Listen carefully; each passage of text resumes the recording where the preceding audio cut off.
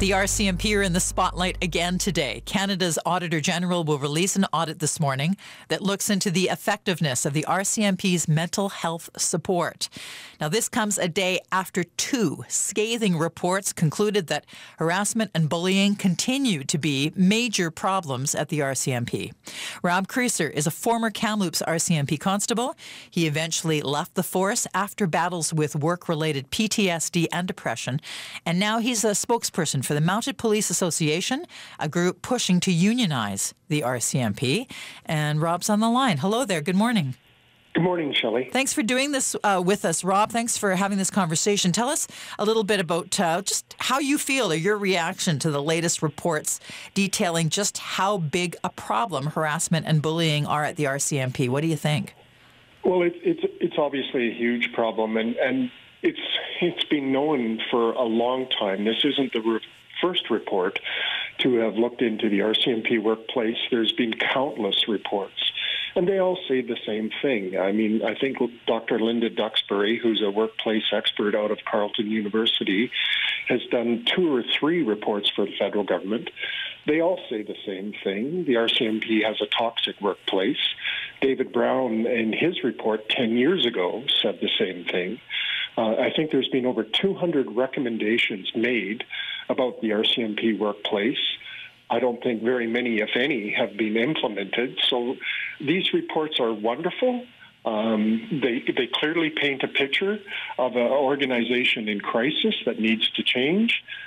But why isn't anything being done about it? And for that answer, you have to ask your politicians. Can you tell us a little bit more, Rob, about the events that led you to leave the RCMP in 2010? Well, strangely enough, while I was a serving member, I was doing interviews like we are today. And of course, serving members are prohibited from talking about the issues that are being talked about by experts that you're hearing about in the last couple of days. I was doing that as a serving member. So I became a target. I was threatened with discipline. And the RCMP can always find things to hang you up on. Nobody's perfect, and I certainly wasn't. So I was consistently looking over my shoulder. And years ago, I was involved in a shooting out by Monte Creek, and I was diagnosed with post-traumatic stress disorder as a result of that. So couple that with never knowing who's got your back or who's coming with a knife, I became depressed towards the end of my service, and I had to make a decision between my career or my family. And I was very fortunate that I had pensionable service and I was able to leave the RCMP and not suffer financially. But many members today are reaching the point that I was at 25 years service, at less than 10 years service, and that's certainly not financially viable to leave the organization at that time unless you go to another police agency. Today's report by the Auditor General will review mental health support within the RCMP. Did you get support for mental health while working there? I did. In fact, I had good mental support, but that has eroded like many other things in the RCMP since I've left. And I think Mr. Ferguson's report clearly points that out.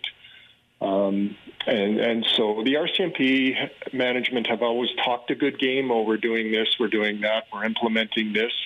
But as we've heard yesterday with Mr. McPhail's report and Ms. Fraser's report, they're good at talking, they're not so good at doing. And nobody seems to be holding anybody accountable for not doing.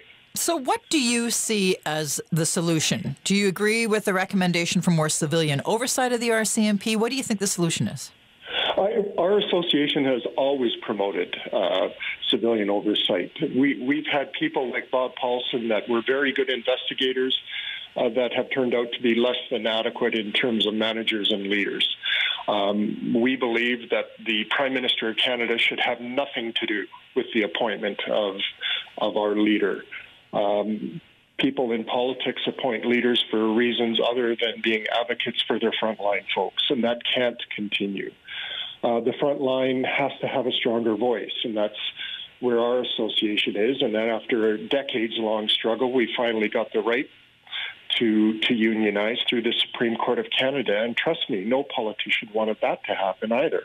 So I do see some light at the end of the tunnel, but government of all stripes, whether they be conservatives or liberals, have known about these issues for a long time. Nobody's done anything about it.